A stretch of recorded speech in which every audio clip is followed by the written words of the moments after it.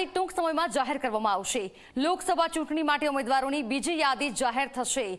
મહત્વનું છે કે હવે ચર્ચાઓ છે કે લોકસભા ચૂંટણી પહેલા વાયરલ થઈ છે વિવાદિત પત્રિકા।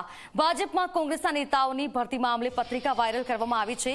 પત્રિકામાં મૂળ ભાજપના લોકોને ભાજપમાં જ 14% અનામત આપવા માંગણી કરવામાં આવી છે।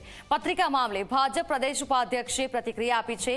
કહ્યું છે કે વિકૃત માનસિકતા ધરાવતા વ્યક્તિએ આ પત્રિકા વાયરલ કરી છે। પત્રિકા મામલે તપાસ બાદ ફરિયાદ પણ કરવામાં આવશે।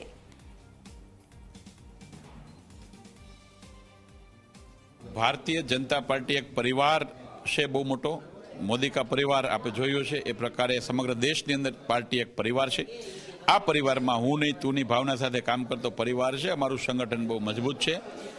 વિકૃત માનસિકતાઓવાળા ચૂંટણી ટાઈમે મીડિયામાં પોતાનું કવરેજ લેવા માટે આવા પ્રકારની પત્રિકાઓ બહાર પાડી હોય તો એને દુનિયા અને જનતા ઓળખી ગઈ છે। ભારતીય જનતા પાર્ટીમાં આવી કોઈ વ્યવસ્થા આવી કોઈ છે નહીં વાત। ભારતીય જનતા પાર્ટી એક પરિવાર ભાવનાથી કામ કરતી પાર્ટી છે। વિકૃત માનસિકતાવાળા પાર્ટીને બદનામ કરવા માટેનો પ્રયત્ન કરતા છે તો ચોક્કસ એની તપાસ કરશું ને ફરિયાદ પણ કરશું।